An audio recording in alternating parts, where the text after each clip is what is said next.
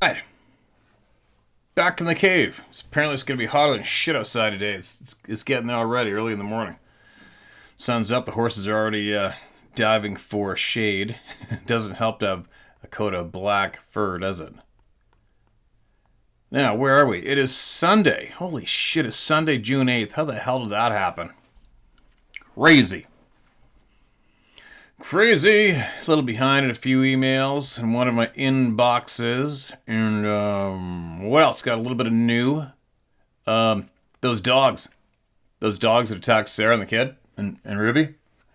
So Sarah's on this one. She does the Facebook thing on a couple of pages. I don't. And I guess there's that page where it's the same page where she finds the kids that we're going to feed, right? So apparently some people were started to make posts with pictures of these two dogs wreaking havoc around the frickin' hood. But their reach is far and wide, so somebody took a picture of them up on the gravel road, which is right above our dead end road, and she says, "That's them, that's the dogs." And then another person posted them up on McCoy Lake Road, which is like a couple miles away. They're up on that road, wreaking havoc, chasing cars and attacking other people's dogs. And then apparently they were seen across the river heading towards town up into more suburbia. And all I'm hoping, I guess so now people have got, she goes, should I say what happened to us? I'm like, yeah, I might as well now. I wasn't going to say nothing because I was going to take care of business, right? So anyways, the cat's out of the bag. So I just hope those dogs don't come across any solo or whatever kids in a yard. I mean, it's a shitty, dark thing to mention again, but the fact is over 150 human beings get killed by domestic dogs a year. I think just the United States alone. And the majority of those are children. Oh, yuck. So hopefully those dogs get tracked down. If they were still in the hood here, I would have found them. And the problem would have been solved, but they're creeping around. Here's a picture of the little bastards. For size reference, she said the brown one was taller than Ruby. Formidable pair, right? Little bastards. Now, what's going on? Well, lots is going on, especially the news, right?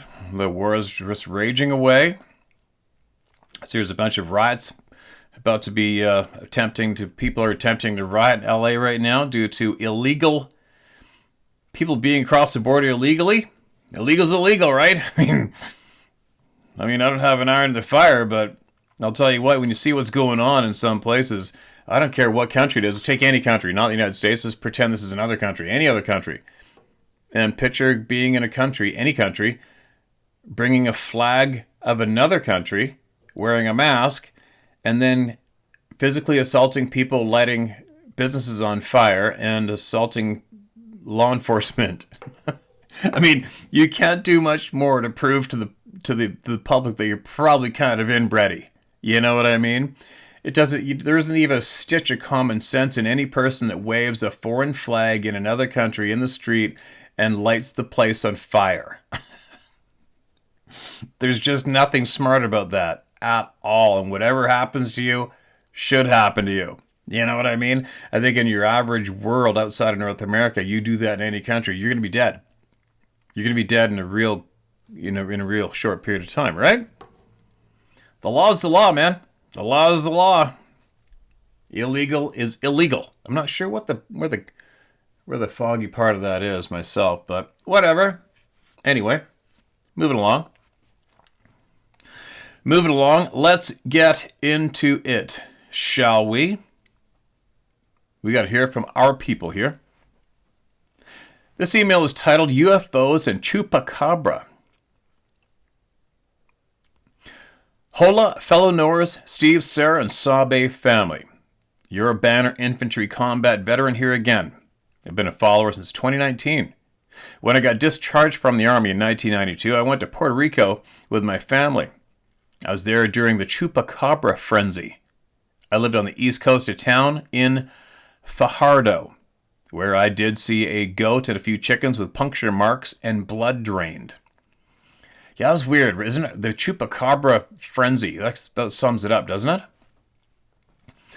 As far For UFOs, I've seen strange lights coming out of the sea. And when we got hit by hurricanes and there was no power, me and my family would see lights in the sky playing tag, chasing each other, doing impossible turns, not planes. Finally, the rainforest here named El Junque, has many sightings, and the top of the mountain is off limits to civilians.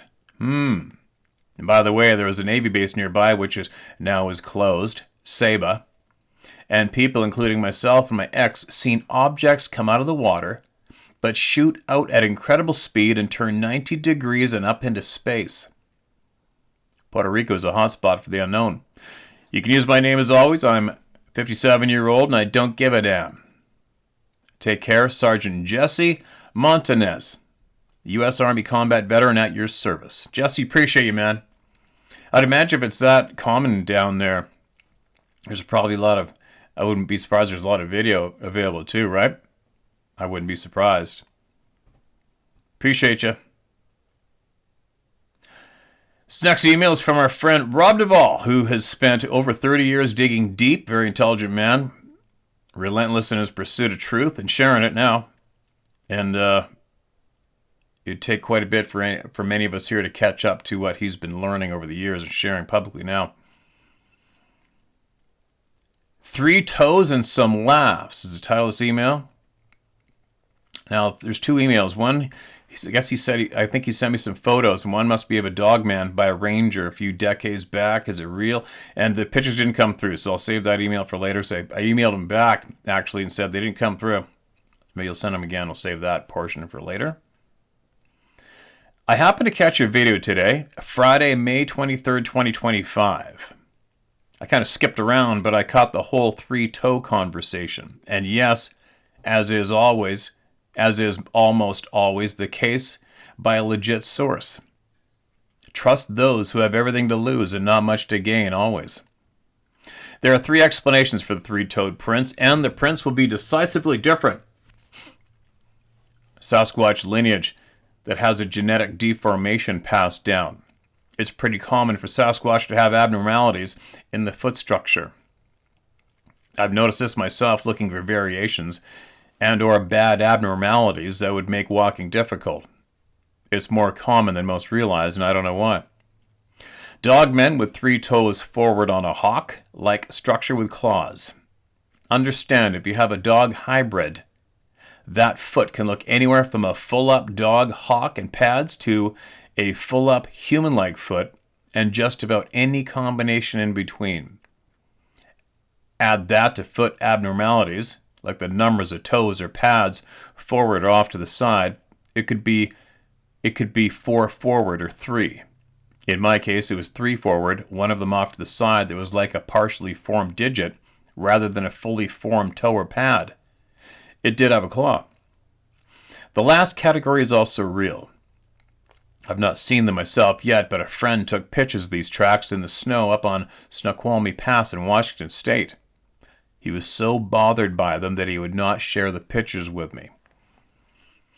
It just so happened that I had also seen the exact same prints a guy in Pennsylvania took. Also in the snow in the mountainous regions.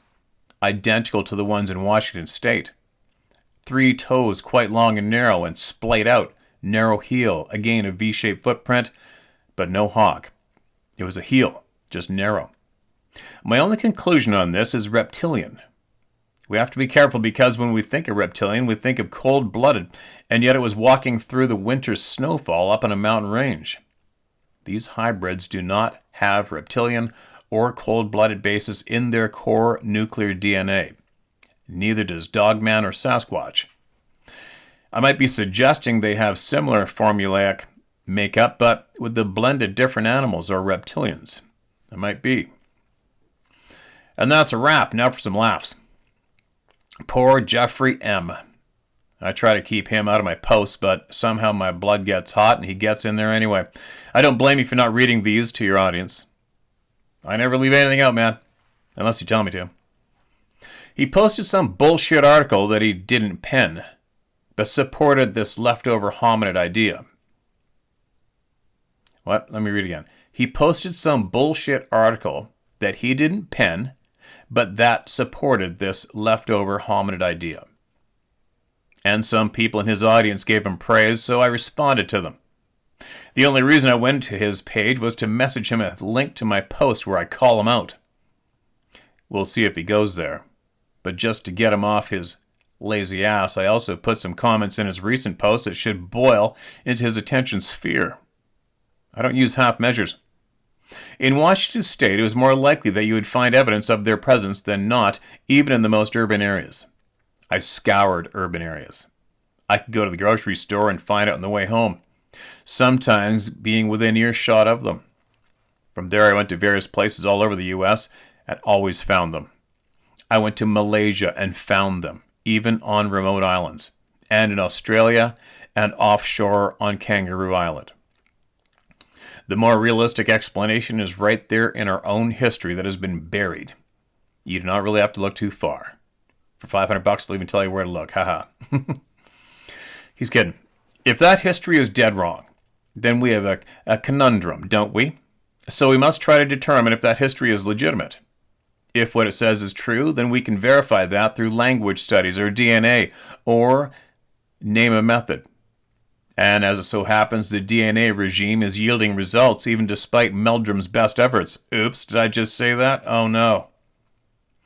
There are no damned relic hominids, period. Quit buying into that BS. The existence of these is more in the realm of genetic engineering than anything else. But that was not supposed to be happening 15,000 years ago, was it? The record is quite succinct in that regard. So if the DNA backs the record, do you deny both over some BS theory of a leftover hominid? There's way more to this than the so-called academic scientific community will ever admit to.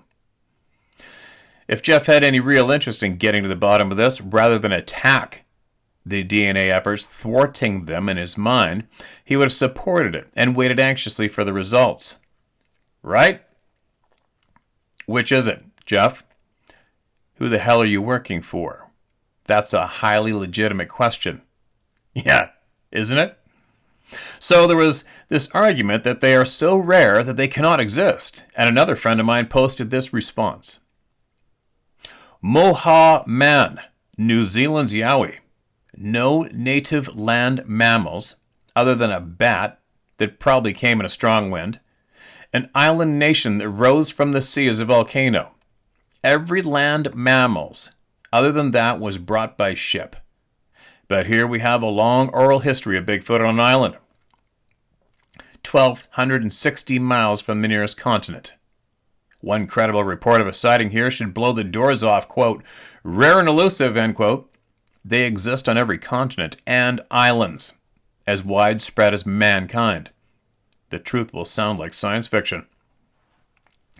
To which I responded, I personally verified this idea myself. Someone's been eating brownies. The end result? Could be two old farts duking it out in a parking lot somewhere. Who the F knows? Have a good one. There you go. Always full of common sense. Lots of due diligence. And he's done some digging, you guys. Take from what you will leave it, but there you go. The liars are in our faces every day, right? It just takes some brave people to point the finger and say, okay, look what this idiot's trying to peddle to you.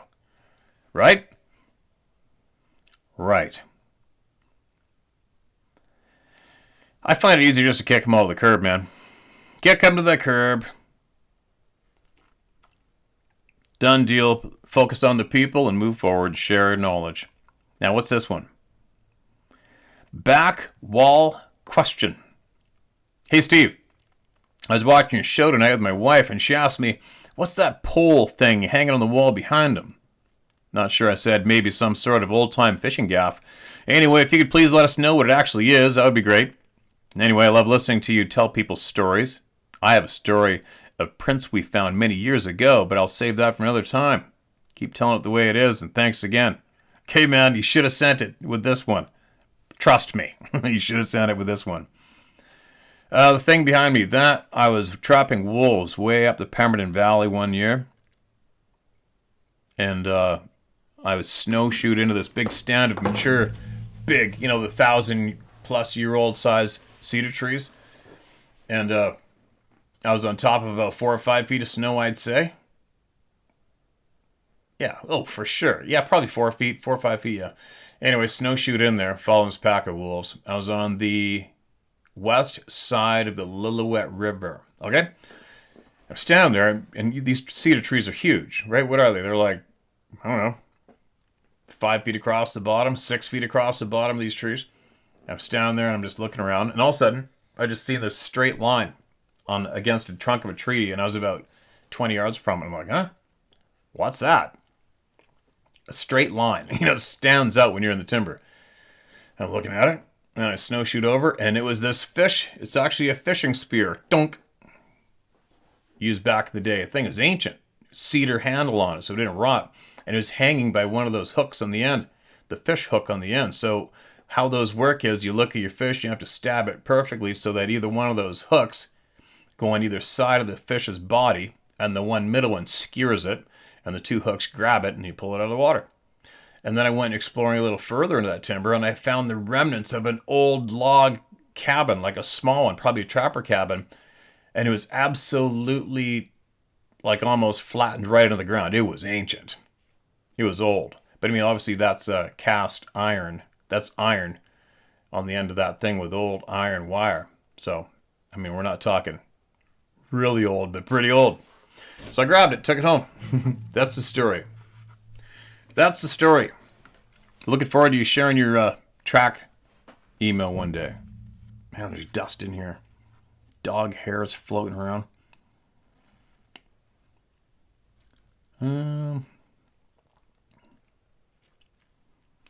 Who's next?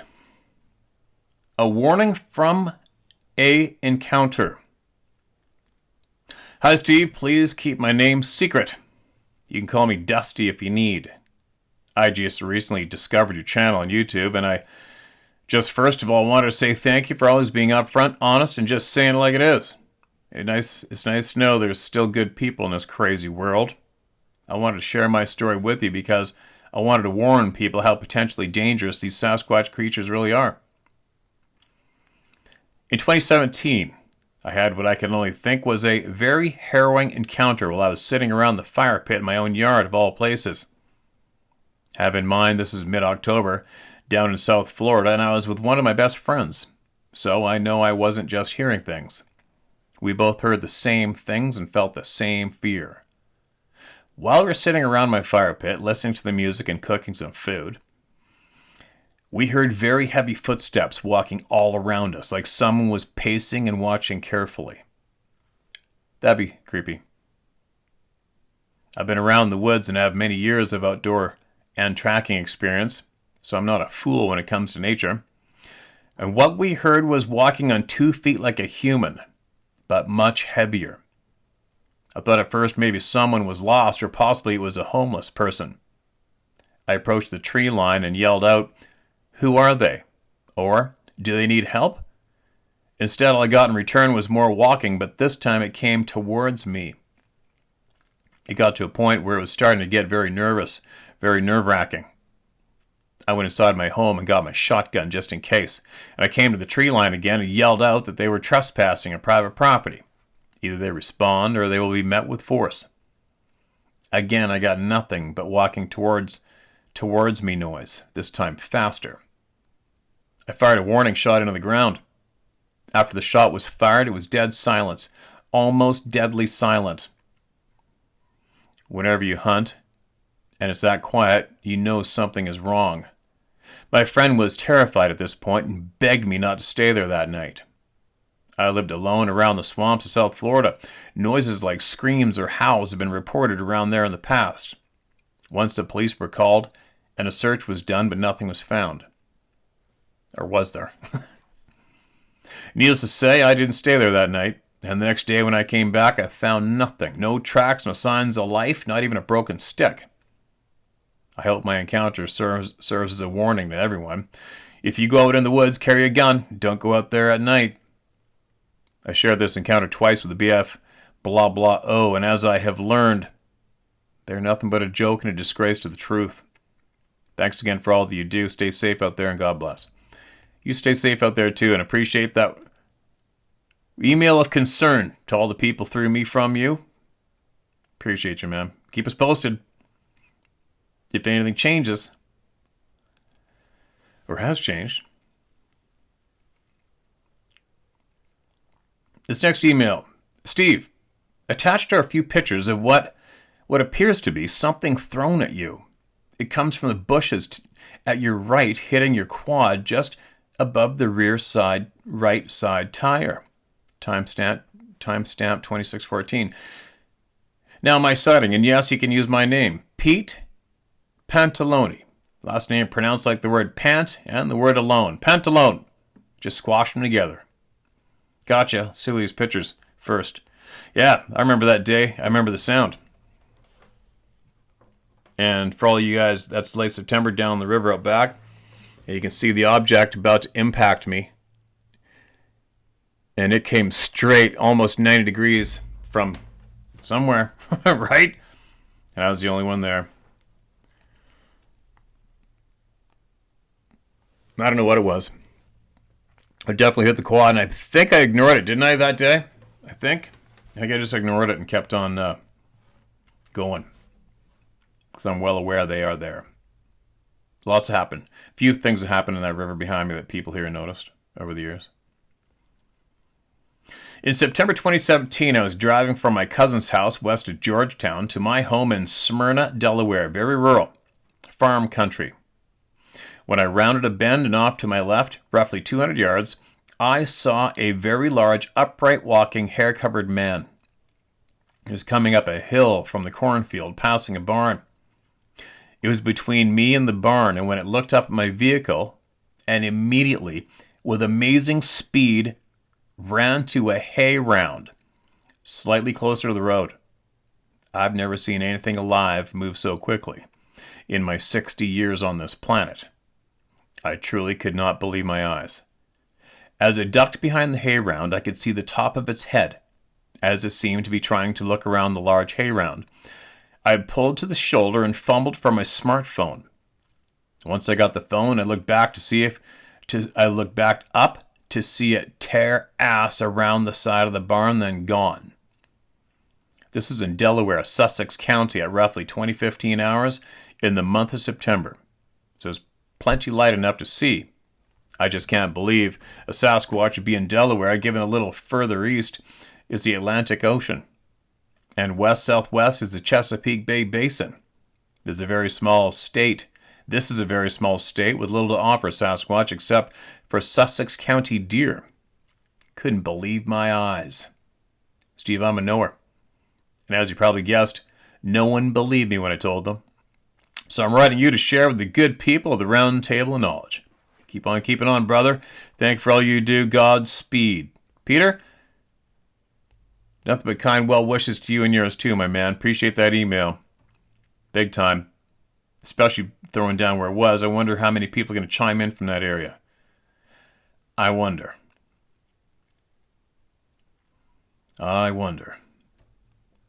Somebody. You just made somebody's day, I'll guarantee it.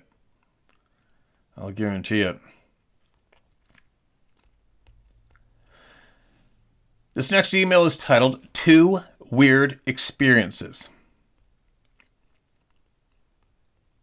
Hi, Steve. I've been watching your channel for a few months, and I'm so happy that finally someone has given the people a voice.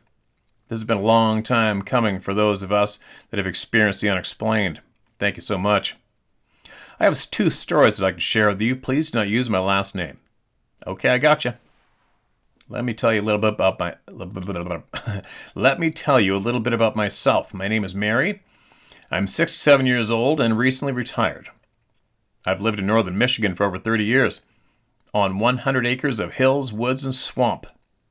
I've never experienced anything strange on my property other than a time or two when I felt like I was maybe being watched on a walk. But I followed my gut and left the area. I love to hunt and fish. My therapy is being in the great outdoors. I have experienced many strange things in my life from a very young age. I used to think that my predisposition for my feelings was due to my older brother's death when I was a very young child, but I'm really not so sure. I do know one thing. After his death, I was able to close my eyes and view my house, my neighborhood, my city, and the world from the eyes of a bird flying through the sky. I know it sounds crazy, and as a child I just figured everyone could do this. It wasn't until a few years ago when I read about remote viewing that I realized, oh, this is what they call it. Heck, I've been doing that for as long as I can remember. Wow.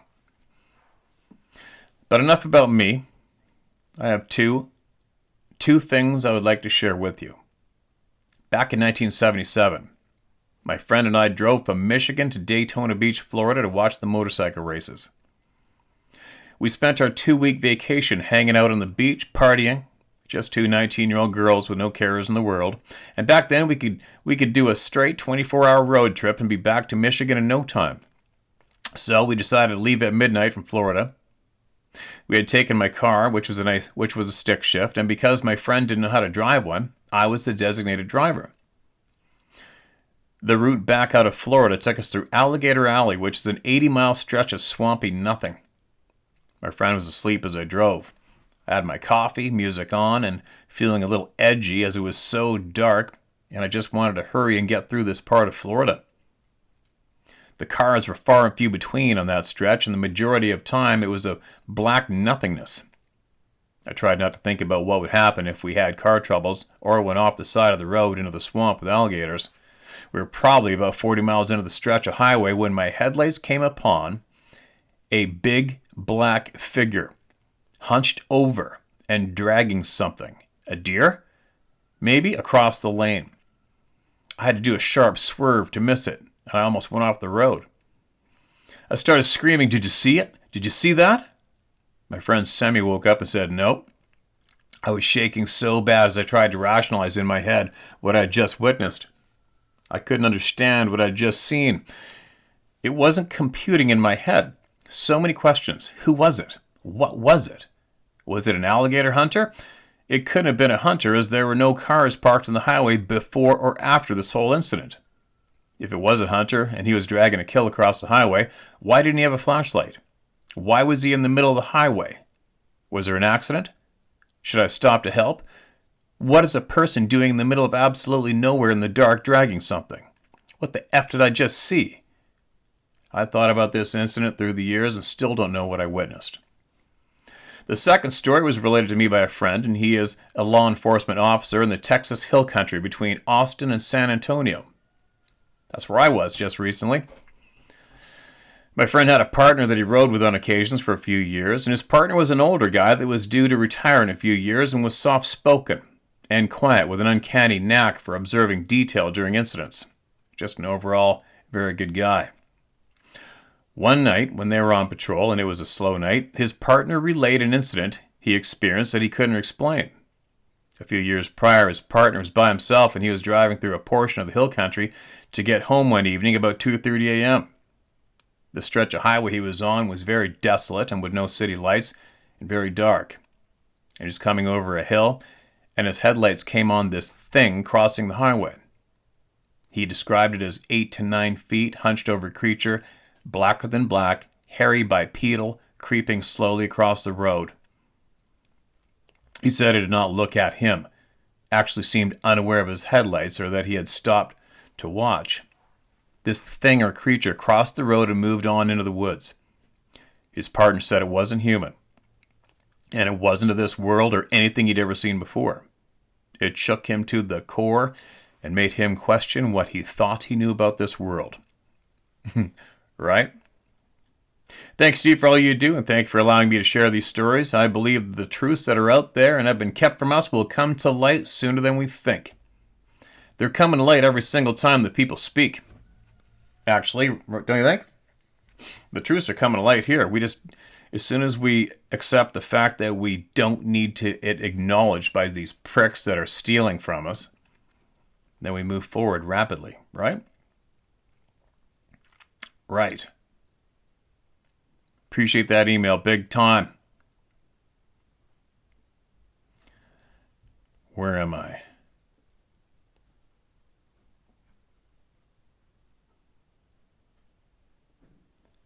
Samuel Center, Italy, Sasquatch, Tuscany. Hello, thanks for giving this opportunity. I follow you from Tuscany, Italy, central Italy. Wow, first I think. Here in Italy, I'm a rare stone because here in Italy someone knows, but we are really few. The Italian civilization, as you know, is very ancient, and in a church in the Valtellina area, there's an ancient drawing of 1500 BC of the Bigfoot.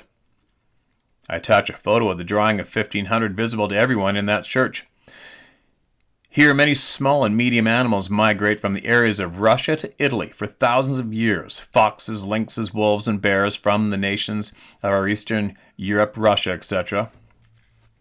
And in Russia, it has been proven that the ancient tribes call the Bigfoot with many different names. So I know, and I saw it, and then after years, see traces of the presence of the Bigfoot here in central Italy. People do not notice it. I do, for a reason. Now I'm 43 years old, but at the age of 9, 10, I was with my mother in the Casentino area. I was in the car. We were going away toward the house in the city. It was dark and there was a storm, rain and wind. I remember that I had bought a blank gun that went off, but I asked my mother to pull over to try it. I felt that it was the right moment to hear the bang. That here you couldn't during the day. It's a nature reserve. My mother said, only one though. Just one shot. She pulled over on a curve. It was dark and windy and rainy, and bam! I shot from the window downwards. Just one shot. I was satisfied with the purchase made at that age. I liked guns that didn't hurt, but made a tremendous bang. My mother says, close the window because it's raining and windy. Let's start again. We were above 1,000 meters of altitude in the woods. Casentino Forest, Tuscany, central Italy.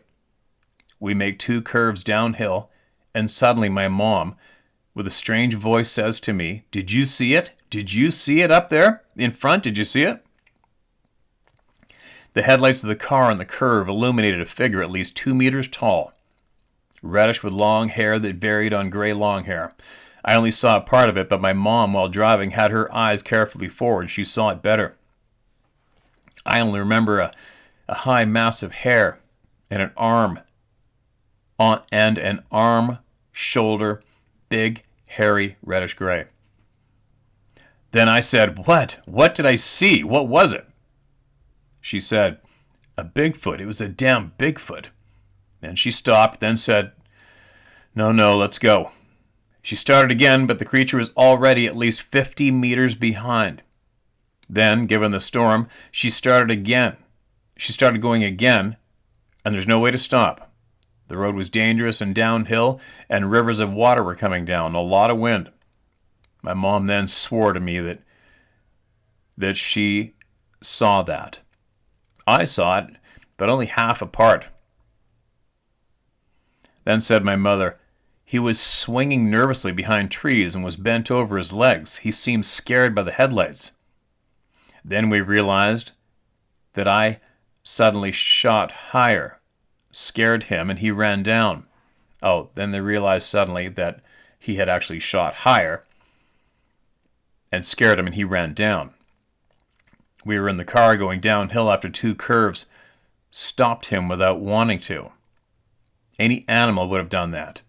You shoot from above, you go down with the car 2 or 3 curves, and you find an animal running lower. My mother would never have lied to me, and she would have avoided scaring me because I was very sensitive at that age. I remember that she was scared anyway. She wasn't calm, but she was a mother, brave. I was 10 years old, now 43, and I took the courage to write to you because in the woods, every now and then I see presences, signs of their presence. And one night in a shelter, I heard more screams like a howler monkey, and it modulated, then ending with this screams like, ooh-ah, ooh-ah, ooh-ah. Here in Italy, there are no similar animals, and the migration of animals from Eastern Europe suggests that Italy could easily have Bigfoot. In addition, in Valtellina, the church with the painting from 1500, there is. We have areas with bears here.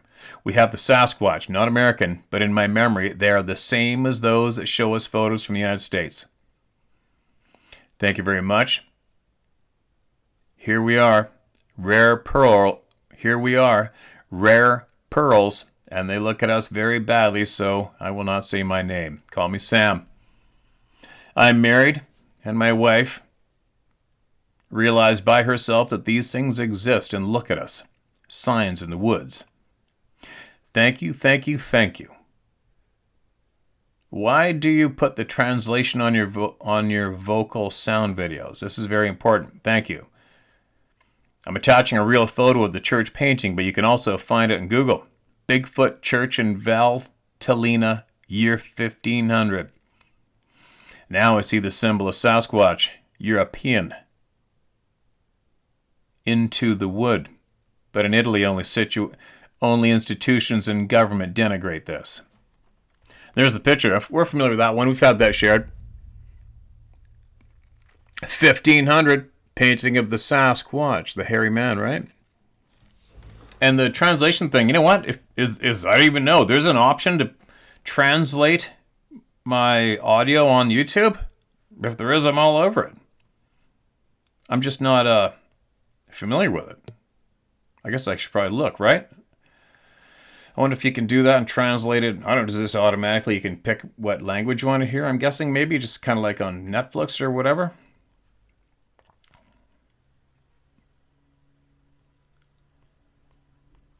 Who's next?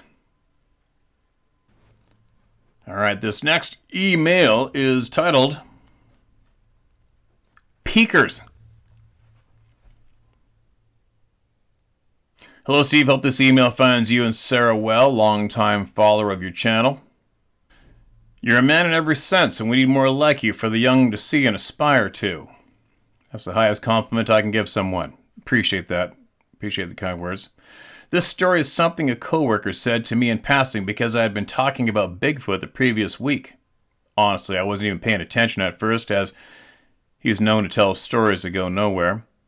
Kind of a town celebrity, but for all the wrong reasons. Anyway, what he recounted to me, almost seeking affirmation that I had knowledge or had seen what he has at night. We live in a suburban town, a lot of woods and farmland, a few lakes, and adjacent to 3 state forests, but still very developed. Our town borders one of our state's most ghetto cities, but other parts are very rural.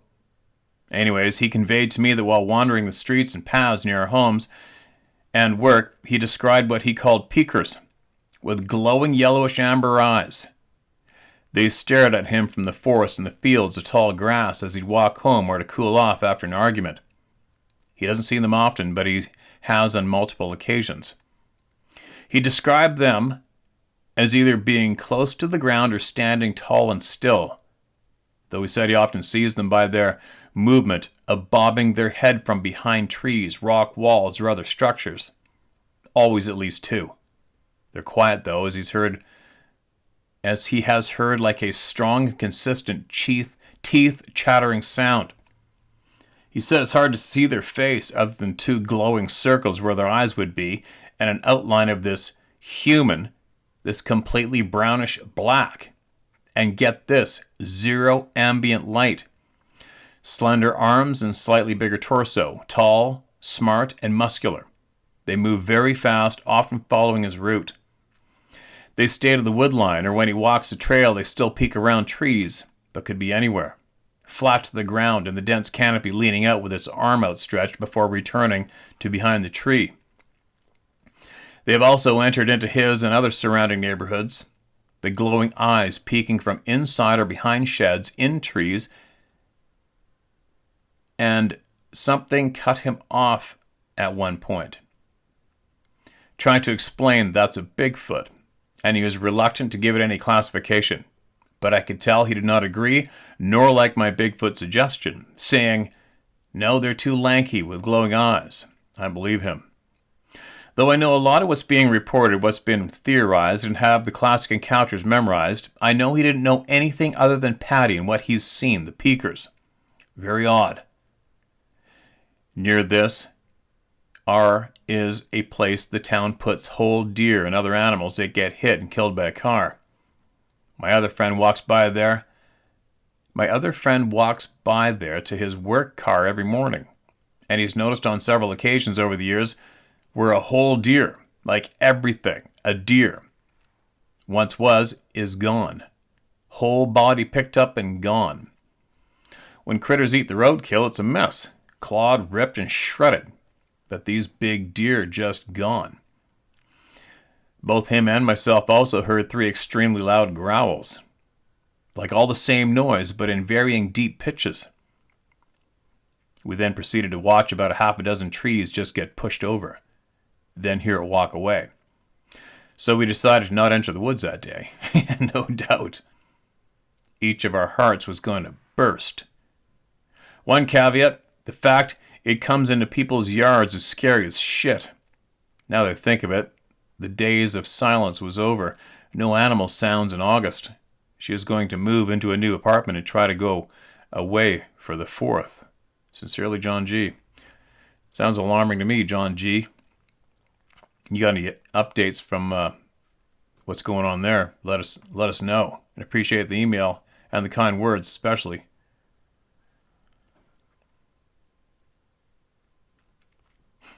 Endless. All right, this next email is titled Sasquatch / John Bendernagel. Hi, Steve. My name is Linnell. Please don't use my last name. I sure enjoy listening to all the stories the good folks out there have to share. I've been sharing my story with a whole lot of people. As I've been gathering stories since 1997, mostly from indigenous people, and I'm also Cree / Métis. My town is in northern Manitoba along the shores of Lake Winnipeg. My first encounter happened in February about 9:30 in the morning on a cold, cloudy winter's day. I had just passed the hydro development staff building. I was walking on pavement, and this changed to a dirt road, and there was about a mile of road and forest ahead of me on both sides. When suddenly, about 600 yards to the left of the tree line, strode out a Sasquatch. And in my head I said, Sasquatch.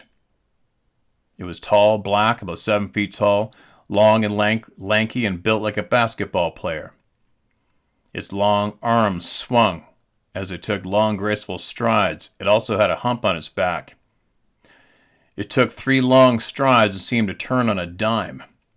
Then 3 more strides and it was back in the bush. This all happened in a matter of 10 seconds. Surprisingly enough, I kept walking, but was now in deep denial. I walked until I was right across from where the Sasquatch had come out of the bush. And by then, in denial, I was wondering where that guy went. It wasn't until 2 weeks later that I wanted to walk to the small airport in town with my cousin, and she said, "No way. My cousin saw a Sasquatch out there 2 weeks earlier." My legs felt weak. I accepted what I'd seen. My second encounter happened a few years later, but it was in the summer. I was walking on the same stretch of road in the opposite direction, but this time I was walking with my kids, who were then 7 and 8, plus 2 of their cousins. The kids were playing along the road to the right of me. Then a few things happened at once, and I hope I'm clear explaining this. Around the corner came this weird guy who used to leer at me when he drove by. Maybe he meant glared at you when he drove by. I prepared myself for the weirdo and looked stoically ahead. He passed slowly by me, and a second after he passed by, I happened to glance to the left into the bush, and there was a mixed light brown, darker brown colored Sasquatch. Very human-like face. Did you guys hear that? Very human-like face. Head rounded like us, but it had long hair that hung down to its arms. It was about 70 to 100 yards in the bush, and it was about 7 feet tall. It was only seconds I stared at it. Then I turned to the kids, who were oblivious to what was happening, as they were all wrestling each other because I had stopped. I looked back into the bush, and the Sasquatch had dropped to the ground. And what I was looking at was its huge behind.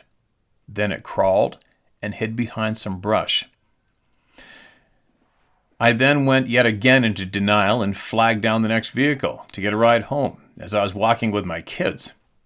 Denial is a strong thing. And it wasn't until a few years later that I accepted what I'd seen, and I started to gather stories from local people. John Bindernagel was a wonderful man. I called him and shared my story, and I shared many more stories with him. He also came to my town, stayed at my dad's, and I even got the school to agree to him having an evening of sharing stories. That's frickin' awesome.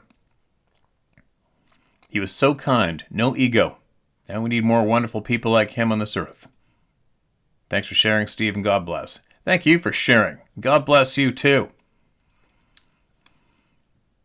That's awesome that he went out there and he didn't bring any of the dirtbags with him. I know they were trying to be hang-arounds with him. That's great. I wonder how many stories came out. Too bad we couldn't hear about them.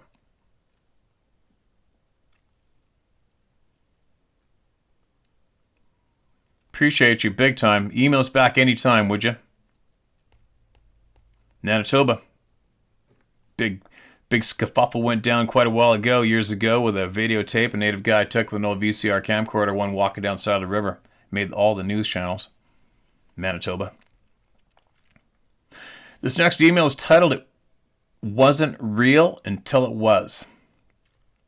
Steve, I know you read a lot of encounters, and if you miss mine, that's okay. I hope I can...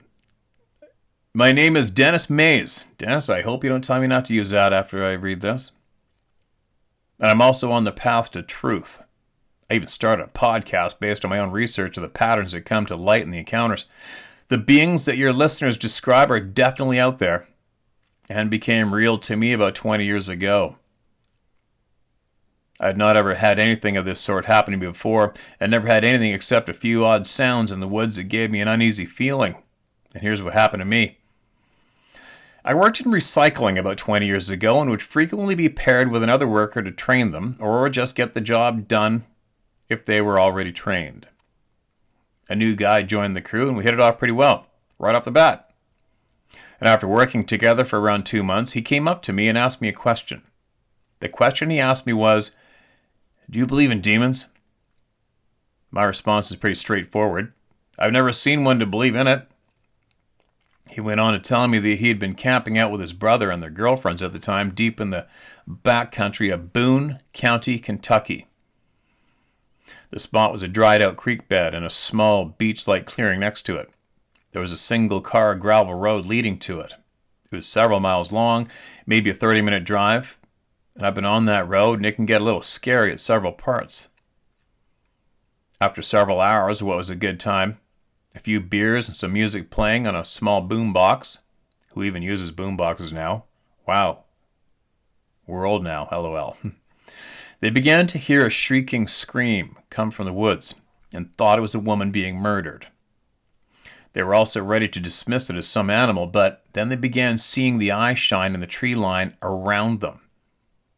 They again thought it was an animal and threw rocks at it. It screamed at them again and moved almost too fast to keep up with. This went on for about half an hour, and this dude's eyes were dilated like silver dollars when he told me this. Made me think that he actually went through something here. An hour goes by, the girls were terrified, and my friend was as well, and he decided to load everyone up in their old Ford Bronco and get the hell out of there. They all agreed and jumped in, leaving most of their belongings that they had taken with them at the site. My friend went on to describe that he floored it, and going 30 to 40 miles an hour on a road like this felt like 100 miles per hour.